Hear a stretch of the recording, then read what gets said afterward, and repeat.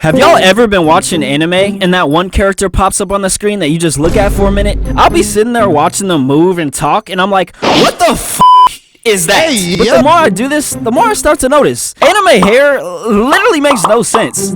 We got characters who are somehow born with orange hair, characters whose hair defies the laws of gravity and physics, and even characters who can somehow shape their hair into a cannon. What? No, I didn't make that last one up. And I already know there's gonna be that one person who's like, it's just a drawing. It's not supposed to make sense. Why are you trying to apply real logic to a cartoon? Bro, shut up. This video is just for fun. It's not that serious. But for real, these manga artists be having me sitting on my bed stressing, wondering how they came up with these random combinations of hair and eye colors and shapes. What? It's like in a video game when you're creating your custom character, you decide to hit that random button and it comes out with the most atrocious character design you have ever seen in your entire life. I'm looking at you, Jump Force. Now, I know I'm kind of weird, but I cannot be the only person who has watched animes where you see a character with a super crazy hair color and eyes and just sit there and wonder, like, was this man actually born like this? To show you what I mean, I gotta talk about Yugi. Who the f is born with hair like this? This man has the most sharpest, most chaotic hair I've ever seen in my entire life. Bro has a couple of light blonde boomerangs on the top of his head with dark red Super Saiyan hair in the back. This man looks like Shadow the Hedgehog in human form. Imagine a situation where you're walking down the street, everybody's having a good ass day, you know what I'm saying, you're just talking, laughing, and you walk past a couple of strangers and everything seems pretty normal, right? And then all of a sudden you see this man with this atrocious ass cut walk right past you like it's just normal to walk around with hair that looks like this. There is no way that Yugi could not walk into a room with a crowd of people and not be the center of attention. From his hair alone, I can tell he's the protagonist, bro. It's literally so bad they made a meme out of it. And trust me when I tell you, Yugi is not the only one. So yeah, I think you can already guess. Today, I want to talk about some of the worst anime hairstyles I've ever seen. Now, for the first one, I'm not gonna lie, I haven't actually watched the anime, but it's okay, because I remember the character from this game called J-Star's Victory Versus. Only real ones remember that shit. And I remember him having the absolute most atrocious cut I have ever seen in my entire life. I think his name is okay, whatever the hell this is supposed to be. First off, I can't tell if this man is black or Mexican or Asian or half Kryptonian. I have never in my life seen a man this black born with hair this blonde. This dude has the Jackson 5 afro, but somehow also has light blonde golden colored hair with two giant cat whiskers on his fucking lips. And I ain't even gonna talk about his drip. We just gonna skip over that. That's a whole nother problem that needs to be addressed. And on the topic of shit that makes no sense, have y'all seen the opening for this show? Alright, so first off, what the f is that?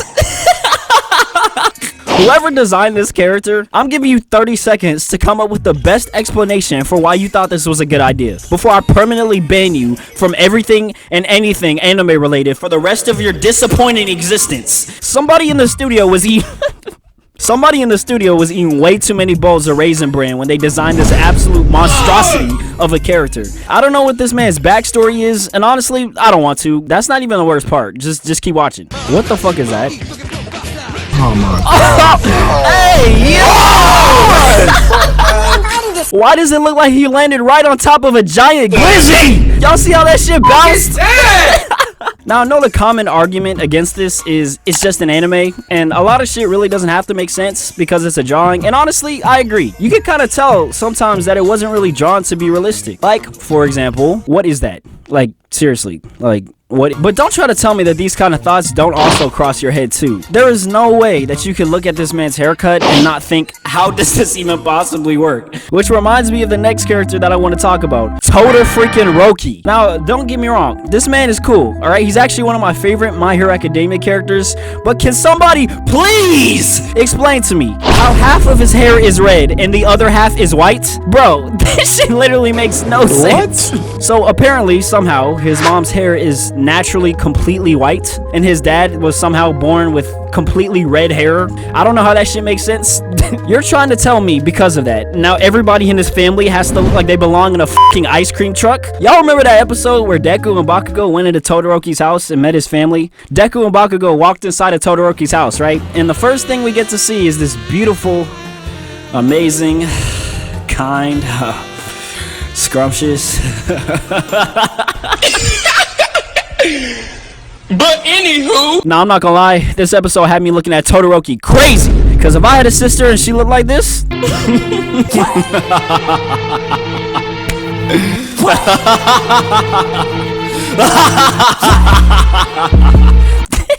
then this man and his family try to sit down and have a normal conversation in what feels like the most awkward 2 minutes I've ever witnessed in anime history. But the whole time I was just sitting there thinking, like, her hair naturally looks like this? What? She literally looks like she originally had white hair and just got in a fight, and now she has a bunch of little small blood stains on the top of her head. And I was not gonna end this video without talking about some of the most abysmal hairlines I have ever seen in anime.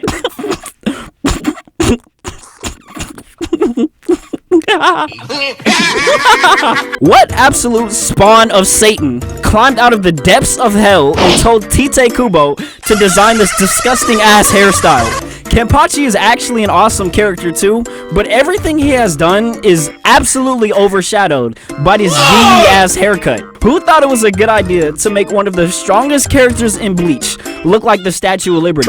This man Kenpachi's hairline is literally non-existent. Bro looks like a human porcupine. The thing is, I actually respect Kenpachi for his discipline and how intimidating he is, but I can literally never take him seriously for how badly designed his hairstyle is. What was he trying to go for here? A mohawk? A sea urchin? A cactus? A fucking starfish? I know how hard it is to draw certain hairstyles, but there's no way that these artists sat here and drew Kenpachi's hairline in every single page of the manga and didn't question that there was something wrong one time. Y'all knew damn well something about his hair was messed up. They even managed to fix it in the last arc of the Bleach manga. That's how I know they knew something was up. I don't want to hear anybody in the comments making excuses. They could have done literally any other hairstyle than the one he has, and it still would have looked better. They could have made him bald. But instead they decided to make him look like he's searching for the rest of the Chaos Emeralds. You know what? Some of these manga authors make some really questionable character design choices, but you know what? Just because they might be able to get away with it in fictional cartoon shows does not mean that you can get away with it in real life. It's important to always present your best self, and that takes a very specific steps and regimens you have to follow in order to make yourself more attractive. I know y'all don't want y'all's hairlines looking as crusty as Vegeta's, and I know y'all want those baddies all over you just like those protagonists in those harem anime. And the crazy part is, I also know exactly how to do just that. If you follow these exact steps and stay consistent and disciplined, you can become the absolute strongest, most attractive, and desirable version of yourself who looks so good you can pull all types of baddies in your life. There's just one thing that you really need to know before you can achieve the perfect glow up. And if you want to know what that thing is, click this video right here and follow it religiously. Trust me when I tell you, you will definitely need it in the future.